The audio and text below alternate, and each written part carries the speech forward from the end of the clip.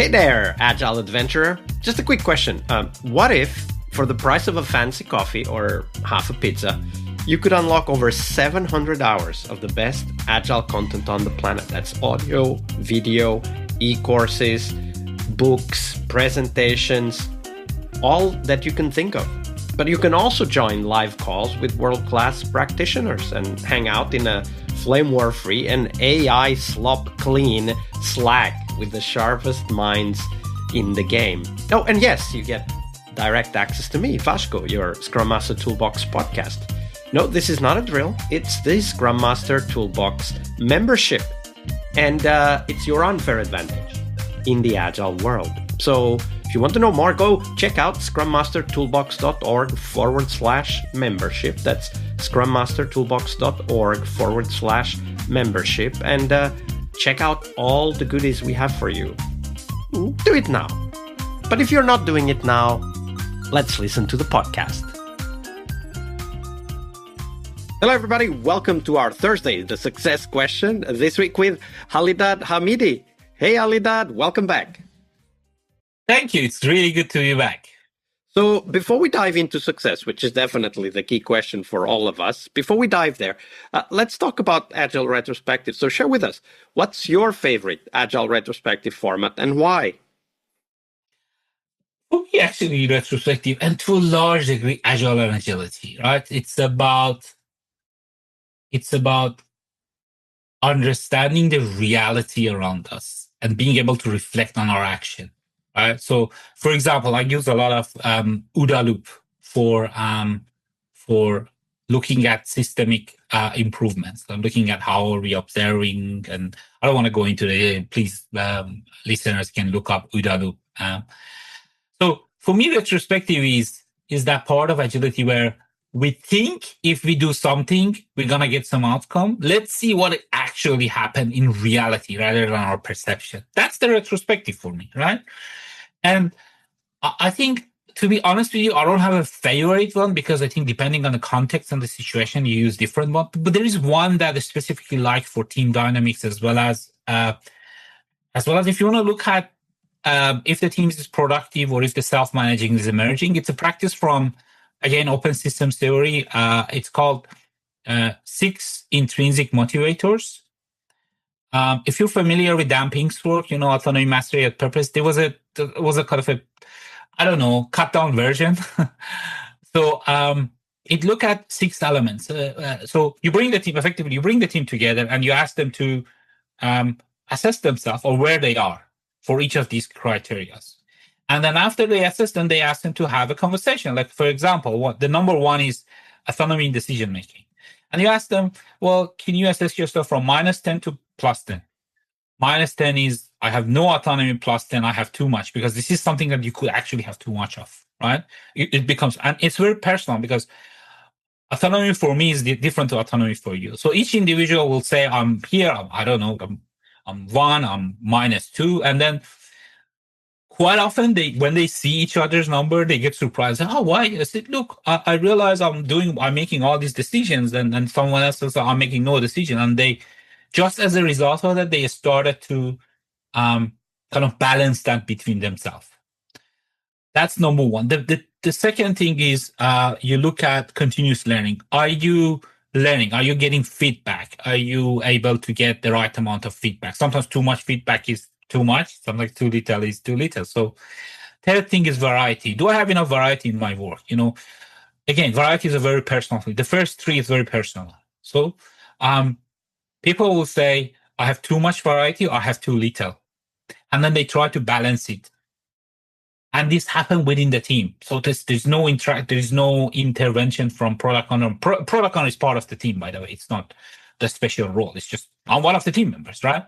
So that's the first 3. The last 3 is team environment thing. 1 is mutual support and respect.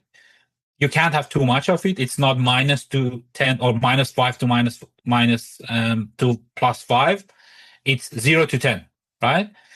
And they have a conversation. Do I see enough respect in my team? Is there mutual support and respect in the team?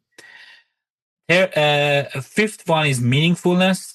and it breaks down into two: socially useful and seeing the whole product. We talked about, are you just one step from a much bigger value stream, or can you see the entire value stream and your impact? You mentioned quality assurance team. That's an anti-pattern. There shouldn't be anything called quality assurance team in the first place.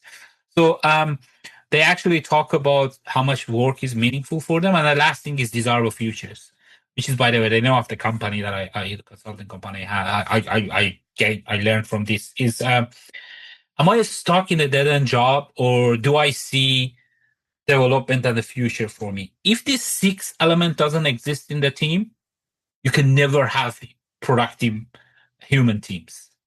All right. So there are more, but these 6 are the minimum, the basic. So I actually find it very, very useful. I think depends on the amount of change that is happening in the team and environment. You could repeat that. Usually it's good to do it at least once every 6 months, but I've seen some teams do it every 3 months. So that's one of my favorite reflection approaches. Yeah, absolutely. And I think it covers, as it says in the name, right? Like 6 intrinsic motivators. It covers the system from the perspective of the individual, and in this case, the team as well. So great insight.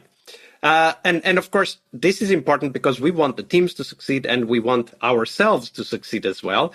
But for that, we need to define what that looks like. So Alidad, how do you define success for yourself as a person that is helping teams achieve their own success?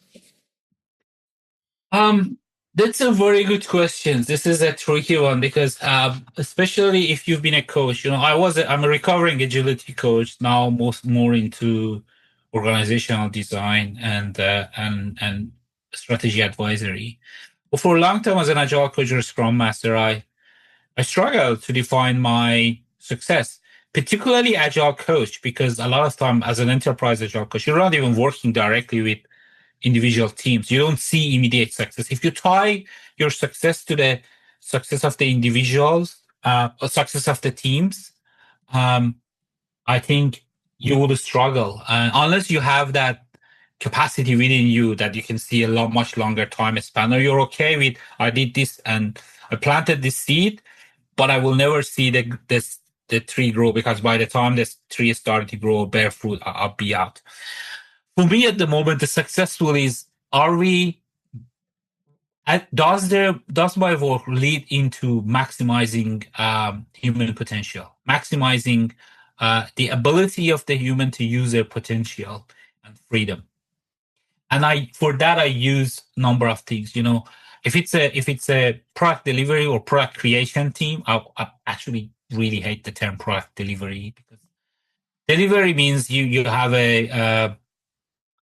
are you a feature factory? You're just delivering the stuff, but in reality, we're creating value, not delivering, right? So we're creating, and the act of creation require interaction between the people who can solve a problem and people who have the problem.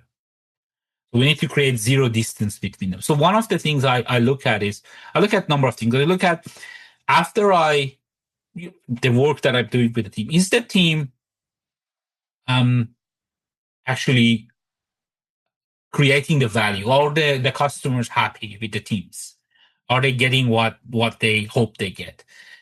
2 is people's well-being. Is the team a healthy team? Do they have the psychological safety? Are they do they feel comfortable? Is there trust? Is there innovation happening? And the last element is the team growing? And when I use the term team, I actually want to expand that to the organization, not just a team, right? These are the 3 main things for me. One is a customer metric, one is a team metrics, and one is a growth metric. I think there's 4th one, which is the business metrics. At the end of the day, your business have to be viable. Like I use it example for a bank. You can do all the digital transformation, etc. But one of the things that the banks can do and make their customers very happy, and it's quite feasible, is just give them free money. Customers are very happy, but I don't think you can stay in that business for a long time. So I think sustainability as a business is also quite important. So these are I don't want to complicate things. If these 3 things are improving, we're doing something meaningful. If they're not improving, and there's always a balance, sometimes one grow more than the other, and that's okay, right? As long as you have the awareness of why and is that the right thing at the right time. Yeah, absolutely. I think those are incredibly important, let's call it lighthouses for us to orient our work around. So thank you for sharing that, Alidad. No worries. Again, very good question. All right, I hope you liked this episode. But before you hit next episode, here's the deal. This podcast is powered by people like you, the members who wanted more than just inspiration. They wanted real tools and real connection to people who are practicing Agile every day. We're talking access to over 700 hours of Agile Gold, CTO level strategy talks, summit keynotes, live workshops, e-courses, deep dive interviews, books, and if you're into no estimates, we got the pioneers of no estimates in those deep dive interviews as well. Agile business intelligence, creating product visions, coaching your product owner courses, you name it. You'll get invites to monthly live Q&As with Agile pioneers and practitioners, plus a private Slack community, which is free of all of that AI slop you see everywhere, and of course, without the flame wars. It's a community of practitioners that want to learn and thrive together. It's the best place to connect with community and learn together.